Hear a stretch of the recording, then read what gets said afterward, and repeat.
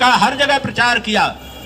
अब्दुल कलाम जी जो हमारे देश के राष्ट्रपति रहे, जब वह रक्षा विशेषज्ञ थे, जब नेताजी रक्षा मंत्री थे, उनके सलाहकार थे, उस समय जब वो उनके ऑफिस में आए तो अंग्रेजी में ही लिखते थे, उनको हिंदी नहीं आती थी।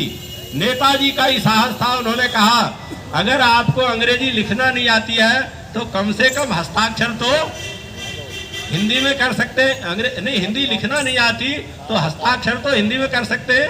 हिंदी में हस्ताक्षर करते थे।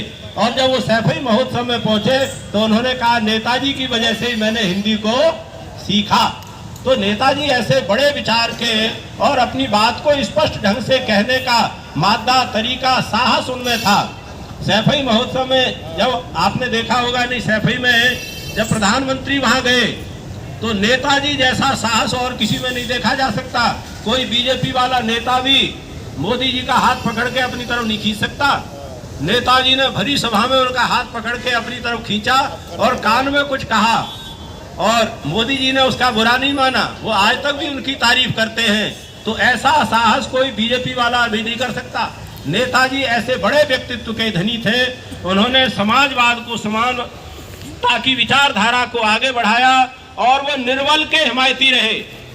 बड़े आदमी के कार्यक्रम में जाए न जाए, लेकिन गरीब के, लड़की के विवाह में या दुख में नेताजी उसके साथ खड़े होते थे।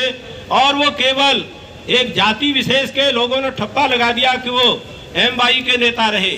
ध्यान रखें, अल्पसंख्यकों में ईसाई, सिख, पारसी, जैन, मुस्लिम सब आते हैं और नेताजी ने सबकी हिमायत की है। और जो भी गरीब, शोषित, दलित, किसान आदि हैं, सबको उठाने के लिए नेताजी ने जीवन भर संघर्ष किया है।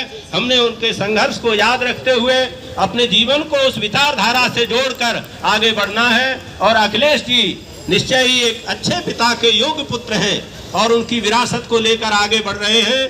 पूज्य पिता के आदर्शों पर सदा पुत्र जो चलता, वही पुत्र है पिता व्रतों का जिसमें सद्गुण फलता।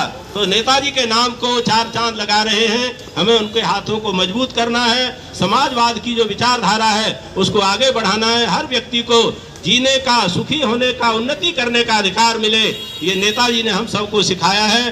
तो ऐसे समाजवाद के पुरोधा जिस मार्ग पर गांधी जी चलते रहे, आचार्य नरेंद्र देव चलते रहे, अशोक मेहता जी चलते रहे, उस मार्ग को उन्होंने अपने जीवन में प्रस्तुत किया। सम्माननीय लोहिया जी के विचारधारा को, समाजवाद को लेकर वो आगे बढ़े और अब जिंदगी में उन्होंने कहीं असफलता भी मिली तो भी निराश नहीं हुए। फिर द्विगुणित उत्साह के साथ आगे बढ़ के उन्होंने आगे बढ़ने का, अपने लक्ष्य को प्राप्त करने का साहस हमेशा रखा और उसी का परिणाम वो संसद में, विधानसभा में, सब जगह अपनी बात को जोर के साथ कहते रहे। और मैं निवेदन करना चाहूंगा, प्राय लोग पक्षपात की बात करते हैं। नेताजी पद पर रहते हुए, सार्वजनिक पद पर रहते हुए उन्होंने कभी अन्याय नहीं किया। दूसरी पार्टियों के लोग भी कहते हैं कि हम भी अपना काम लेकर नेताजी के पास गए तो उन्होंने हमारी मदद की। ऐसे नेताजी सबके नेताजी थे, वो किसी वर्ग विशेष के नहीं। तो हमें उनके प्रति श्रद्धा, सम्मान का